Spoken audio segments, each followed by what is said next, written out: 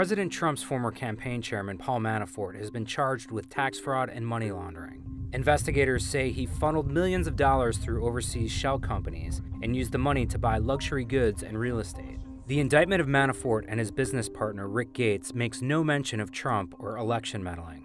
But this isn't Manafort's first public scandal. Controversy has trailed the veteran Republican consultant since his earliest work as an international lobbyist and consultant. In the 1980s, Manafort testified before Congress and admitted to using his political influence to win millions of dollars in contracts from federal low-income housing programs. The technical term for what we do and what law firms, associations, and professional groups do is lobbying.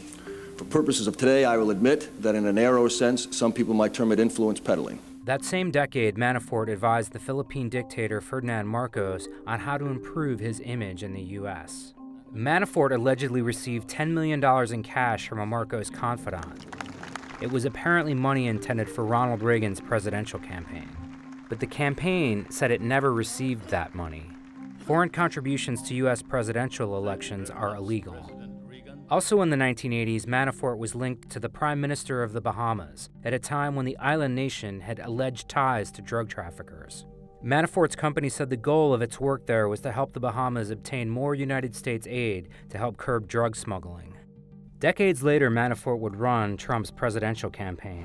We want Americans to understand who Donald Trump the man is, not just Donald Trump the candidate. The composite of his career, not just from a business standpoint or a political standpoint, from a human standpoint as well. But he resigned 5 months into the job in August 2016 in the wake of reports that he received more than $12 million from Viktor Yanukovych, the former Ukrainian president and pro-Russia politician.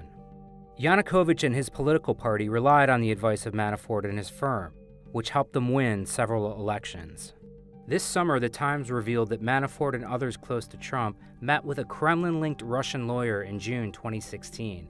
That lawyer claimed to have damaging political information about Clinton. As for this latest brush with controversy, Manafort has pled not guilty.